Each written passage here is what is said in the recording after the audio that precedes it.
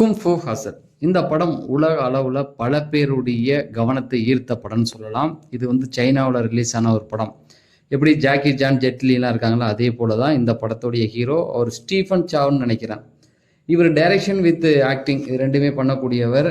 இவருடைய படங்கள் எல்லாமே காமெடியை பேஸ் பண்ணி தான் இருக்கும். இந்த படமும் அப்படி தான். அதாவது ஒரு பெரிய ரவுடி கும்பல், கோடாரி கும்பல்னு இருக்கும். அந்த கும்பலில் நம்ம ஹீரோ சேரணும்னு நினைப்பாரு. அவர் ஏழையா இருப்பார், அவர் கூட ஒரு ஃப்ரெண்ட் இருப்பார். 2 பேருக்குமே கராத்தாலாம் தெரியாது, சும்மா உதார விட்டுட்டு திரிவாங்க. இப்படி இருக்கும் பொழுது இவங்க 2 பேரும் போய் ஒரு அப்பார்ட்மெண்ட்ல பிரச்சனை பண்ணுவாங்க. பிரச்சனை பண்ண இவங்க கிட்ட அந்த அப்பார்ட்மெண்ட்டோடைய முதலாளி என்ன பண்ணுவாங்க, இழுத்து போட்டு அடிச்சிருவாங்க. அது ஒரு லேடி தான், காமெடியாக போகும். அந்த இடத்துல இவர் என்ன பண்ணுவார், நான் கோடாரி கும்பலை சேர்ந்தவன், என்னையே அடிச்சிட்டியா அப்படின்னு சொல்லி கோடாரி கும்பலை வர வச்சிருவாரு. வர வச்சு அந்த கோடாரி கும்பலையும் அந்த அப்பார்ட்மெண்ட்டுடைய முதலாளியும் மோத விட்டு பார்த்துருவாரு. கட்டத்தில் அந்த கோடாரி கும்பல் அந்த லேடி கிட்ட தோத்துருவாங்க. அவங்க என்ன பண்ணுவாங்க, ஜெயிலேருந்து ஒரு மோசமான ஒரு ஆளை கூப்பிட்டு வருவாங்க.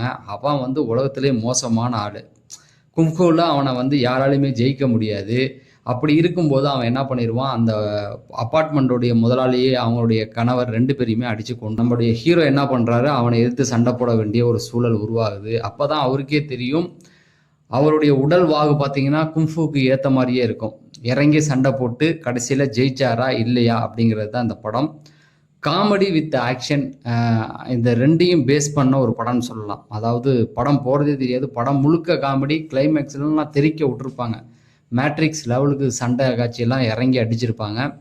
ஸோ கீழே அந்த ரெட் கலர் மார்க் இருக்கு இல்லையா, அந்த ரெட் கலர் மார்க் உள்ள ஒரு ப்ளே பட்டன் இருக்குது. அதை அழுத்தினீங்கன்னா இந்த மாதிரி ரொம்ப டிஃப்ரெண்ட்டான படங்களை நீங்கள் தெரிஞ்சுக்கலாம். நம்ம சேனலில் இந்த மாதிரி டிஃப்ரெண்ட்டான படங்கள் போட்டுக்கிட்டு இருக்கோம். அதை தெரிஞ்சுக்கணும்னு ஆசைப்பட்டீங்கன்னா இந்த வீடியோவை லைக் பண்ணிவிட்டு நம்ம சேனலை சப்ஸ்கிரைப் பண்ணுங்கள்.